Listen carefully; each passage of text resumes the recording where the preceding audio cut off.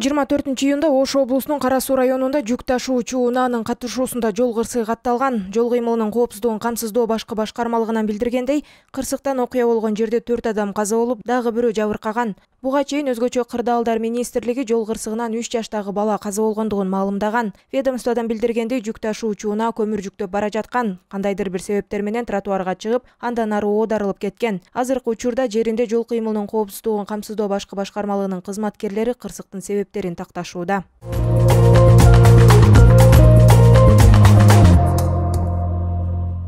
Ысык Көл облусунун Чолпон Ата шаарында түрк тилдүү өлкөлөрдүн парламенттик ассамблеясынын кеңешинин жыйыны жана 11-чи пленардык отуруму башталды. Түркпаанын пленардык жыйынынын ишине Түркпаага кирген өлкөлөрдүн Кыргызстан, Түркия, Казакстан, Азербайжан, Өзбекстан, Түркменстан жана Венгриянын парламенттик делегациялары катышууда. Тараптар парламенттер аралык кызматташтыкты арттыруу маселелерин талкуулап, 2023-2028 жылдарга карата Түркпаанын стратегиялык жол картасын белгилешет. Ошондой эле социалдык ишкердикти өнүктүрүүгө багытталган бир катар моделдик мыйзамдардын долбоорлору каралат.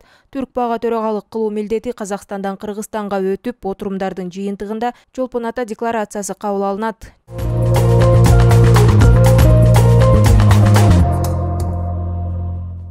Бүгүн 24-июнда Бишкек шаарындагы Максим Горький атындагы Сейил багында зер буюмдарды саткан соодагерлер митингге чыгышты. Алар ККМ аппараттарын орнотууга каршы экендиктерин билдирип, патент менен иштей берүүнү суранып чыгышкан. Биз контролдук кассалык машина орнотууга каршыбыз, эгерде ККМ киргизилсе, биздин чыгымдарыбыз өзүн актабай калат, деди соодагерлердин бири. Белгилей кетсек, жаңы салык кодекстин долбоору боюнча Дордой сыяктуу ири жана кичи базарларда контролдук кассалык машина менен соода кылуу милдеттендирилген.